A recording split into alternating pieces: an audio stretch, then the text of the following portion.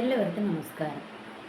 ഇന്ന് പലർക്കും ഒരു സംശയമുള്ളൊരു കാര്യമാണ് ഈ ആരാധനാലയങ്ങളിൽ നമ്മൾ ടൈത്ത് ഇടണോ, നേർച്ച ഇടണോ എന്നുള്ളതൊക്കെ ഓരോരുത്തർക്കും ഭയങ്കര സംശയമുള്ള കാര്യമാണ്.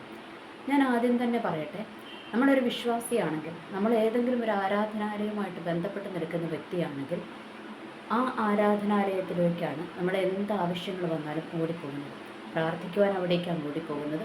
രണ്ടാമത് നമ്മുടെ വീട്ടിലെ എന്ത് ആവശ്യങ്ങൾ വന്നാലും, ഒരു മരണാനന്തര ചടങ്ങ് വന്നാൽ, മരണത്തിൻ്റെ ഒരു ചടങ്ങ് വന്നാൽ, അല്ലെങ്കിൽ ഒരു വിവാഹത്തിൻ്റെ ചടങ്ങ് വന്നാൽ, അല്ലെങ്കിൽ നമ്മൾ എന്തെങ്കിലും ഒരു പ്രാർത്ഥന, അങ്ങനെ എന്തെങ്കിലും ഒരു കാര്യങ്ങൾ നമ്മളുടെ ഭവനത്തിൽ വെക്കണം അങ്ങനെ ഉണ്ടെങ്കിൽ, അല്ലെങ്കിൽ പൂജ, നമ്മുടെ ഭവനത്തിൽ പൂജ ചെയ്യണം, അല്ലെങ്കിൽ എന്തെങ്കിലും വിധത്തിലുള്ള ആരാധനാലയവുമായി ബന്ധപ്പെട്ട കാര്യങ്ങൾ നമ്മുടെ ഭവനത്തിൽ നമ്മൾ നടത്തണം എന്നുണ്ടെങ്കിൽ എല്ലാം നമ്മൾ ഓടിച്ചെല്ലുന്നത് നമ്മളുമായി ബന്ധപ്പെട്ട് നിൽക്കുന്ന ആരാധനാലയത്തിലോട്ടാണ്.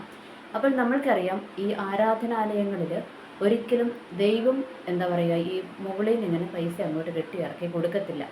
അത് നമ്മൾക്കറിയാവുന്ന കാര്യമാണ്. കാരണം അതിനകത്തൊരു കാര്യമുണ്ട്, നമ്മുടെ ഈ ഓരോ നിയമങ്ങളും നമ്മുടെ രാജ്യത്തുണ്ട്. ഇപ്പം വേറൊരു സ്ഥലത്ത് നിന്ന്, അല്ലെങ്കിൽ ഇനി സ്വർഗത്തിൽ നിന്ന് പൈസ ഇങ്ങോട്ട് വന്നു കഴിഞ്ഞാൽ അത് കള്ളപ്പണമായി പോകുമെന്ന് നമ്മൾക്കറിയാം. കാരണം നമ്മളുടെ ഇന്ത്യയിൽ പൈസ എങ്ങനെയാണ് അച്ചടിക്കുന്നതെന്നും അതെങ്ങനെയാണ് ഒറിജിനൽ നോട്ടാകുന്നതും എന്നുള്ള കാര്യങ്ങളൊക്കെ നമ്മൾക്കറിയാം. അതുകൊണ്ട് ഒരിക്കലും ദൈവം ഇങ്ങോട്ട് പൈസ, അല്ലെങ്കിൽ സ്വർഗത്തിൽ നിന്ന്, അല്ലെങ്കിൽ മുകളിൽ നിന്ന് ഇങ്ങോട്ട് പൈസ കെട്ടി ഇറക്കി തരാൻ പറ്റത്തില്ല. ദൈവത്തിന് പറ്റത്തില്ല എന്ന് പറഞ്ഞാൽ ദൈവം എന്താ നമ്മളുടെ അടുത്ത് പറഞ്ഞിരിക്കുന്നത്, ദൈവവചനങ്ങളിൽ എന്താ പറഞ്ഞിരിക്കണേ, നമ്മൾ അതാത് നിൽക്കുന്ന രാജ്യത്തെ നിയമം നമ്മൾ പാലിക്കണം എന്നുള്ളത് നമ്മൾ പഠിക്കുന്ന മതഗ്രന്ഥങ്ങൾ നമ്മളെ പഠിപ്പിക്കുന്ന കാര്യം തന്നെയാണ്. അപ്പോൾ ഒരിക്കലും അങ്ങനെ ഒരു എന്താ പറയുക, നിയമപരമല്ലാത്തൊരു കാര്യം ഒരിക്കലും ദൈവം ചെയ്യത്തില്ല എന്നുള്ളത് നമ്മൾക്കറിയാവുന്ന കാര്യമാണ്. അപ്പോൾ ഈ ആരാധനാലയങ്ങളുടെ ആവശ്യങ്ങൾ നടക്കണം. ഇപ്പോൾ അവിടുന്ന് ആൾക്കാർക്ക് ഭക്ഷണം കൊടുക്കുന്നതുണ്ട്, അങ്ങനെ നേർച്ച കൊടുക്കുന്നതുണ്ട്, അങ്ങനെ പലതും അവിടെ കൊടുക്കുന്നുണ്ട്. അപ്പോൾ ഈ കൊടുക്കുന്ന സമയത്ത് അവിടെയുള്ള പൈസ എങ്ങനെ കിട്ടണം? അവിടെ പൈസ കിട്ടുന്നതും സാധനങ്ങൾ കിട്ടുന്നതും ഒക്കെ എങ്ങനെയാണ്? നമ്മൾ വ്യക്തികൾ കൊടുക്കുന്നത് തന്നെയാണ് അവിടെ ഉപയോഗിക്കപ്പെടുന്നത്, നമ്മൾക്ക് വേണ്ടി ഉപയോഗിക്കപ്പെടുന്നത് എന്നുള്ള യാഥാർത്ഥ്യം നമ്മൾ മറക്കരുത്. അപ്പോൾ നമ്മൾ എന്ത് ചെയ്യണം? ആരാധനാലയങ്ങളിൽ പൈസ കൊടുക്കുക എന്നുള്ളത് നമ്മളുടെ ഉത്തരവാദിത്വം തന്നെയാണ്. പിന്നെ ചിലർ പറയും അതായത് ആരാധനാലയങ്ങളിൽ നേതൃത്വം വഹിക്കുന്ന വ്യക്തികൾക്ക് പൈസ കൊടുക്കണം. തീർച്ചയായും അവർക്കും കൊടുക്കണം. കാരണം അവരെന്തിനാണ് അവിടെ നിൽക്കുന്നത്? നമ്മുടെ ആവശ്യങ്ങൾക്ക് വേണ്ടി, നമ്മൾക്ക് വേണ്ടി പ്രാർത്ഥിക്കാൻ, അല്ലെങ്കിൽ നമ്മളുടെ കാര്യങ്ങൾ നിറവേറ്റാനൊക്കെ വേണ്ടിയാണ് അവരവിടെ ആരാധനാലയങ്ങളിൽ നേതൃത്വം വഹിക്കുന്നത്. അപ്പോൾ അവർക്ക് കൊടുക്കുവാൻ നമ്മൾ ബാധ്യസ്ഥർ തന്നെയാണ്. നമ്മളുടെ വീടുകളിലേക്ക് അവരെ നമ്മൾ വിളിച്ചു വരുത്തുന്നുണ്ടെങ്കിൽ അവരുടെ ടൈമും അവരുടെ എന്താ പറയുക എഫേർട്ടും ഒക്കെ ഇട്ട് അവർ നമ്മൾക്ക് വേണ്ടി കാര്യങ്ങൾ ചെയ്യുന്നുണ്ടെങ്കിൽ തീർച്ചയായിട്ടും അതിന് കൂലി അവർ അർഹിക്കുന്നുണ്ട്. അത് നമ്മൾ കൊടുക്കുക തന്നെ വേണം എന്നുള്ളൊരു യാഥാർത്ഥ്യം നമ്മൾ മറന്നു പോകരുത്. ഓക്കെ, ഇനി നമ്മൾ എന്തിനാണ് നമ്മളുടെ ആവശ്യങ്ങൾക്ക് വേണ്ടി അവരെ വിളിച്ചു വരുത്തുകയും നമ്മുടെ ആവശ്യങ്ങൾക്ക് നമ്മൾ ചെല്ലുകയും ചെയ്യുമ്പോൾ ഇവർക്ക് ഈ പൈസ കൊടുക്കുന്ന കാര്യത്തിൽ മാത്രം എന്തിനാണ് നമ്മൾ ഈ കണക്ക് പറയുന്നത്?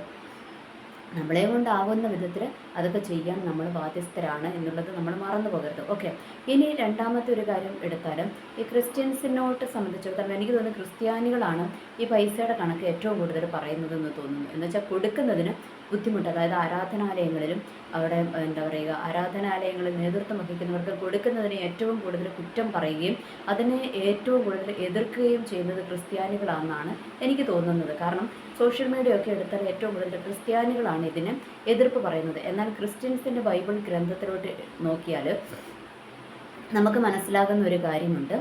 അവിടെ പറഞ്ഞു വെച്ചിട്ടുണ്ട്, നിൻ്റെ ആലയത്തിൽ, നിൻ്റെ ആരാധനാലയത്തിൽ ഭക്ഷണം ഉണ്ടാകേണ്ടതിന് നിൻ്റെ സ്തോത്ര കാഴ്ച, അല്ലെങ്കിൽ നിൻ്റെ ടൈത്ത് നീ എവിടെ ഇടണം?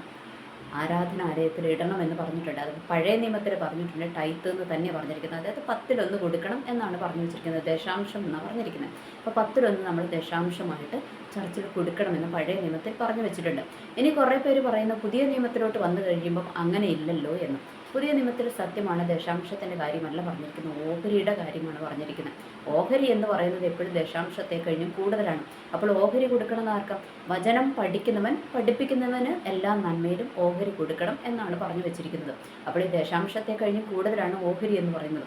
ഓഹരി എന്ന് പറയുന്നത് നമ്മൾക്കൊരു സാധനം, അല്ലെങ്കിൽ എന്തെങ്കിലും ഒരു സാധനം കിട്ടിയാൽ അതിനെ പങ്കുവയ്ക്കുക, അതായത് അതിനെ കൃത്യമായി പങ്കുവയ്ക്കുക എന്ന് പറയുന്നത്. ഇപ്പോൾ അങ്ങനെ വരുമ്പോൾ ഈ എന്താ പറയുക, ഈ ദശാംശത്തിനെ കഴിഞ്ഞ് കൂടുതലാണ് ഓഹരി. അത് നമ്മൾ കൊടുക്കാറുണ്ടോ? ഇല്ലല്ലോ. ഇനി കൊടുക്കുന്നവരും ഉണ്ട്. പിന്നെ എന്തിനാണ് നമ്മൾ ഈ പഴയ നിയമത്തിലാണ് ദശാംശം, പുതിയ നിയമത്തിൽ അങ്ങനെ പറയുന്നില്ല എന്ന് പറയുന്നത്? പഴയ നിയമം മാറ്റപ്പെട്ടിട്ടില്ലെന്ന് വെച്ചാൽ പഴയ നിയമം നമ്മളോട് തിരുത്തി എന്ന് പറഞ്ഞിട്ടൊന്നുമില്ല. നമ്മൾക്ക് പുതിയ നിയമത്തിൽ കുറച്ചും കൂടി അതിനെ എന്താ പറയുക വിശദീകരിച്ച് തന്നിരിക്കുകയാണ്. ഇപ്പം ഞാനൊരു എക്സാമ്പിൾ പറയാം. ഒരാളോട് എന്താ പറഞ്ഞിരിക്കുന്നത്, വ്യഭിചാരം ചെയ്യരുത് എന്ന് പഴയ നിയമത്തിൽ പറഞ്ഞിട്ടുണ്ട്. അപ്പോൾ പുതിയ നിയമത്തിലോട്ട് വരുമ്പോൾ അതെന്താണ്, അത് കുറച്ചും കൂടെ കഠിനമാണ്. പഴയ നിയമത്തിൽ വ്യഭിചാരം ചെയ്യരുത് എന്ന് മാത്രമേ പറഞ്ഞിട്ടുള്ളൂ. പുതിയ നിയമത്തിൽ വരുമ്പോൾ അതെന്താണ് പറഞ്ഞിരിക്കുന്നത്, ആസക്തിയോടുകൂടി ഒരു സ്ത്രീയെ നോക്കുന്നവൻ അവളുമായിട്ട് വ്യഭിചാരം ചെയ്ത് കഴിഞ്ഞു എന്നാണ് പറഞ്ഞിരിക്കുന്നത്. എന്ന് വെച്ചാൽ നമ്മളുടെ കണ്ണുകൊണ്ട് നമ്മൾ മോശമായ രീതിയിൽ ഒരു വ്യക്തിയെ നോക്കിയിട്ടുണ്ടെങ്കിൽ പോലും അത് പാപമാണെന്നാണ് പറഞ്ഞു വെച്ചിരിക്കുന്നത്. അതായത് പഴയ നിയമത്തെ കഴിഞ്ഞ് കുറച്ചും കൂടെ എക്സ്പാൻഡ് ചെയ്താണ് പുതിയ നിയമത്തിൽ പറഞ്ഞു വെച്ചിരിക്കുന്നത് എന്നുള്ള കാര്യം കൂടെ നമ്മളൊന്ന് വല്ലപ്പോഴും ഒക്കെ ഒന്ന് മനസ്സിലാക്കേണ്ട കാര്യമുണ്ട്. എന്ന് പറയുന്നത് പോലെ പഴയ നിയമത്തിലെ ടൈത്ത് അത് അല്ലെങ്കിൽ ദശാംശം എടുത്ത് മാറ്റപ്പെട്ടിട്ടൊന്നുമില്ല. ആ ദശാംശത്തിൻ്റെ കാര്യം അവിടെ തന്നെ ഉണ്ട്. അപ്പോൾ അതിൻ്റെ കൂട്ടത്തിൽ എക്സ്ട്രാ ഒരു കാര്യം കൂടിയാണ് പറഞ്ഞിരിക്കുന്നത്. എന്ത്, വചനം പഠിപ്പിക്കുന്നവന് നന്മ കൊടുക്കണമെന്നാണ് പറഞ്ഞിരിക്കുന്നത്. നമ്മൾ ഓർക്കുക, നമ്മളുടെ ആരാധനാലയങ്ങളിൽ എന്തെങ്കിലും കാര്യങ്ങൾ നടക്കുന്നത്, അവിടെ ഭക്ഷണം കൊടുക്കുന്നതുണ്ട്, അല്ലെങ്കിൽ അവിടുത്തെ കാര്യങ്ങൾ നടക്കണം, അവിടെ എന്തെല്ലാം കാര്യങ്ങളുണ്ട്, കറണ്ട് ബില്ല് അടയ്ക്കണം, അങ്ങനെ പല പല പല പല ആവശ്യങ്ങൾ ആരാധനാലയങ്ങളിലുണ്ട്. അപ്പോൾ അവിടെ നമ്മൾ ഈ കൊടുക്കുന്ന പൈസ കൊണ്ട് തന്നെയാണ് അവിടെ കാര്യങ്ങൾ നടത്തുന്നത്. അല്ലാതെ ആ ആരാധനാലയത്തിലെ നേതൃത്വം വഹിക്കുന്ന ആൾക്ക് മാത്രമല്ല ആരാധനാലയം കൊണ്ട് ഗുണമുണ്ടാകുന്നത്.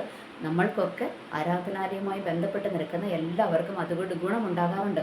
അതുകൊണ്ട് നമ്മൾ എന്ത് ചെയ്യണം, നമ്മളുടെ ദശാംശങ്ങളും ഒക്കെ നമ്മൾ കൊടുക്കണം. പിന്നെ ആരും നിർബന്ധിച്ച് ആരുടെ അടുത്തൊന്നും പിടിച്ചു മേടിക്കാൻ വചനം ഒരിക്കലും പറയുന്നില്ല. കാരണം ഉള്ളവൻ ഉള്ളതുപോലെ കൊടുക്കുക. അത് തന്നെയാണ് നമ്മുടെ പുതിയ നിയമത്തിലോട്ടൊക്കെ വന്നു കഴിയുമ്പോൾ പറഞ്ഞു വെച്ചിരിക്കുന്നത്. നമുക്കുള്ളതുപോലെ നമ്മൾ കൊടുക്കുക. ഇനി നമ്മൾക്ക് ഇല്ലാതെ നമ്മൾ എവിടെ നിന്നെങ്കിലും കടം മേടിച്ച് അവിടെ കൊണ്ട് ഇടാനൊന്നും പറഞ്ഞിട്ടില്ല എന്നുള്ളൊരു കാര്യവും കൂടെ നമ്മൾ ഓർക്കുക. ഓക്കെ, അപ്പം നമ്മുടെ കയ്യിൽ ഉണ്ടെങ്കിൽ നമ്മൾ കൊടുക്കുക, ഇല്ല എങ്കിൽ മിണ്ടാതിരിക്കുക. ഓക്കെ, ഇനി ഇവരെ നമ്മളുടെ വീടുകളിലേക്ക് പ്രാർത്ഥിക്കാനൊക്കെ നമ്മൾ വിളിച്ചു വരുത്തുമ്പോൾ, ഈ എന്താ പറയുക ആരാധനാലയത്തിൻ്റെ നേതൃത്വം വഹിക്കുന്നവരെ നമ്മൾ വിളിച്ചു വരുത്തുമ്പോൾ അവരവരുടെ സമയമൊക്കെ മെനക്കെടുത്തിയാണ് വരുന്നത്. അപ്പോൾ അവർക്ക് ഒരു എന്താ പറയുക, അവർ അർഹിക്കുന്ന ഒരു ബഹുമാനം, അവർ അർഹിക്കുന്ന ഒരു കൈമുടക്കൊക്കെ അവർക്ക് നമ്മൾ കൊടുത്തു വിടുക തന്നെ വേണം. ഇനി പലരും പറയുന്ന ഒരു കാര്യമുണ്ട്, പ്രത്യേകിച്ച് ക്രിസ്ത്യൻസിനെ പറയുന്ന ഒരു കാര്യമുണ്ട്, പലർക്കും ചോറിവിടെ കൂറവിടെ. അതായത് നമ്മളൊരു ആരാധനാലയത്തിൽ പോകുന്നുണ്ട്, നമ്മളുമായി ബന്ധപ്പെട്ട് നിൽക്കുന്ന ഇടവകയിൽ നമ്മൾ പോകുന്നുണ്ട്. അവിടെ നമ്മൾ പോകുകയും നമ്മൾ അടുത്ത പള്ളിയിലുള്ള അച്ഛന് അല്ലെങ്കിൽ പാസ്റ്റർമാർക്കൊക്കെ കൊണ്ടുവന്ന് നമ്മൾ പൈസ കൊടുക്കുന്നതിനോട് ഒരിക്കലും യോജിക്കാൻ കഴിയത്തില്ലെന്നല്ല, വചനപ്രകാരം അത് തെറ്റാണ്. കാരണം അവിടെയല്ല കൊടുക്കേണ്ടത്. നമ്മൾ എവിടെയാണോ പോകുന്നത്, നമ്മൾ ആരാധിക്കാൻ പോകുന്നിടത്ത് തന്നെയാണ് നമ്മളുടെ ടൈത്ത് നമ്മൾ കൊടുക്കേണ്ടത്. അവിടെയാണ് നമ്മുടെ സ്തോത്ര കാഴ്ചകൾ നമ്മൾ ഇടേണ്ടത്. അതാണ് നമ്മൾക്ക് അനുഗ്രഹമാകത്തുള്ളൂ. അല്ലാതെ നമ്മൾ ഇവിടുന്ന് ചോറ് കഴിക്കുകയും അവിടെ പോയിട്ട് കൂറ് കാണിക്കുകയും ചെയ്താൽ ഒന്നും സംഭവിക്കത്തില്ല എന്നുള്ള കാര്യം മറക്കരുത്. കാരണം ഈ ആരാധനാലയത്തിൽ നിന്നും ആ ആരാധനാലയത്തിൻ്റെ പുഷ്ടി നമ്മൾക്കൊരു അനുഗ്രഹമാണ്. അതിൻ്റെ പുഷ്ടി നമ്മൾക്കും ലഭിക്കുമെന്നുള്ളത് വചനമാണ്. അപ്പോൾ അങ്ങനെ നമ്മൾ ബന്ധപ്പെട്ട് നിൽക്കുന്ന ആരാധനാലയത്തിൽ കൊടുക്കാതെ, അതിനോട് സഹകരിക്കാതെ വേറെ ഒരു സ്ഥലത്ത് പോയിട്ട് എന്തെങ്കിലും കൊടുത്താൽ ആ ഒരു അനുഗ്രഹം നമ്മൾക്ക് വരത്തില്ല. കാരണം ദൈവം വചനത്തിൽ പറഞ്ഞിട്ടുണ്ട്, കൊടു നിനക്ക് നൽകപ്പെടും. നമ്മൾ കൊടുക്കാനാണ് പറഞ്ഞേക്കുന്നത്. നമ്മൾ കൊടുത്തു കഴിയുമ്പോൾ ദൈവം നമ്മൾക്ക് എന്താ പറയുക നിറച്ച് അമർത്തി കുലുക്കി തരുമെന്നാണ് പറഞ്ഞിരിക്കുന്നത്.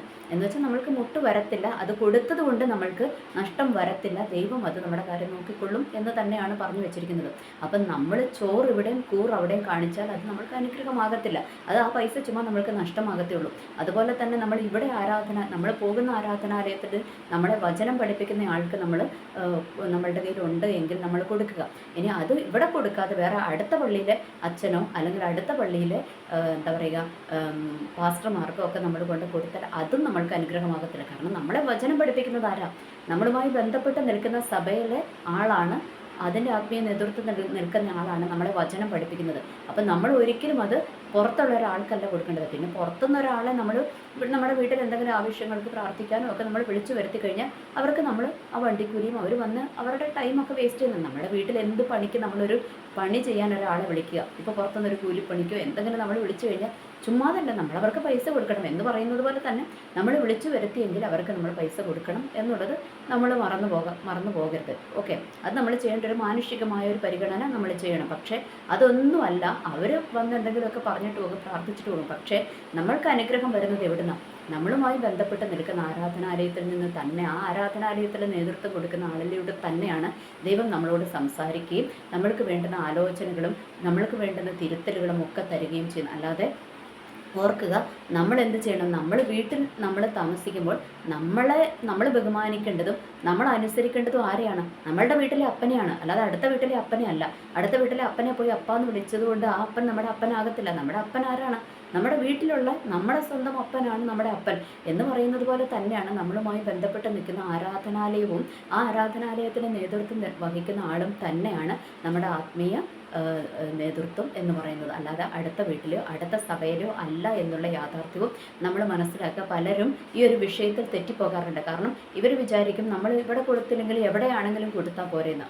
അല്ല, നമ്മൾ പോകുന്ന അവിടത്ത് തന്നെയാണ് നമ്മൾ കൊടുക്കേണ്ടത്. പിന്നെ നമ്മൾ തിരിച്ചറിയുക, നമ്മൾ പോകുന്ന ഇടം പരിശുദ്ധാത്മാവിൻ്റെ നിയന്ത്രണത്തിലാണോ ദൈവിക നിയന്ത്രണത്തിലാണോ എന്നും കൂടെ നമ്മൾ നോക്കേണ്ടതുണ്ട്. നമ്മൾ പോകുന്ന ആരാധനാലയം ശരിയല്ല എങ്കിൽ നമ്മൾ തീർച്ചയായും അവിടുന്ന് മാറി ദൈവാത്മാവിനാൽ നയിക്കപ്പെടുന്ന, ദൈവത്തിനാൽ നയിക്കപ്പെടുന്ന ഒരു ആരാധനാലയവും വ്യക്തിയും ഉള്ളിടത്ത് തന്നെ നമ്മൾ പോവുക. കാരണം നമ്മളുടെ ആരാധനാലയങ്ങളിൽ നമ്മൾക്ക് നേതൃത്വം വഹിക്കുന്ന വ്യക്തികളുടെ ചരിത്രം നമ്മൾ പഠിക്കുക തന്നെ വേണം. അവരെക്കുറിച്ച് ബൈബിളിൽ വ്യക്തമായി പറഞ്ഞു വെച്ചിട്ടുണ്ട്.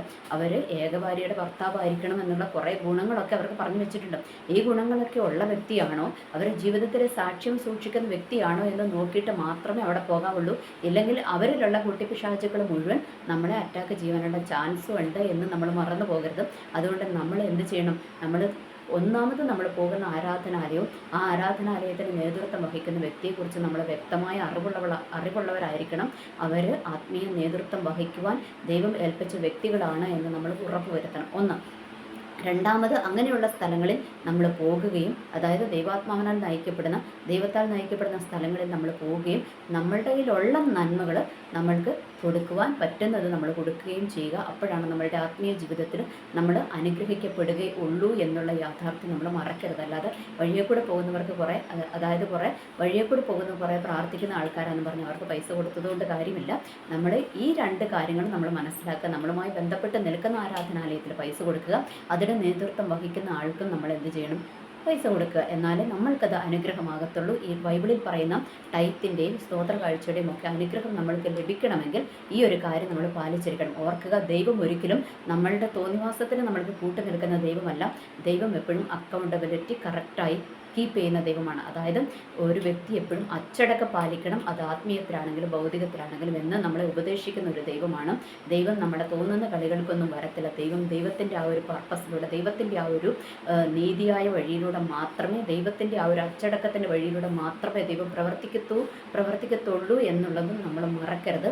നമ്മളോട് സംസാരിക്കുകയും നമ്മൾക്ക് ദൈവം ഇടപെടലുകൾ തരികയും ശാസനകൾ തരികയും ചെയ്യുന്നത് നമ്മളുമായി ബന്ധപ്പെട്ട് നിൽക്കുന്ന ആരാധനാലയത്തിലെ നേതൃത്വത്തിലൂടെ തന്നെ ആയിരിക്കും. അല്ലാതെ അടുത്ത വീട്ടിലെ ആളിലൂടെ അല്ല നമുക്ക് ആലോചന തരുന്നത് എന്നുള്ള കാര്യവും നമ്മൾ മറക്കാതിരിക്കുക. നമ്മളുടെ ജീവിതത്തിൽ ഈ ഒരു ആരാധനയുമായി ബന്ധപ്പെട്ട, അല്ലെങ്കിൽ ആരാധനാ നേതൃത്വത്തിലുള്ള ബന്ധപ്പെട്ട് നിൽക്കുന്ന ഈ ഒരു അച്ചടക്കങ്ങളൊക്കെ നമ്മൾ പാലിക്കാൻ തയ്യാറായാൽ നോക്കിക്കോ, നമ്മുടെ ജീവിതം അനുഗ്രഹിക്കപ്പെട്ട് തുടങ്ങുക തന്നെ ചെയ്യും.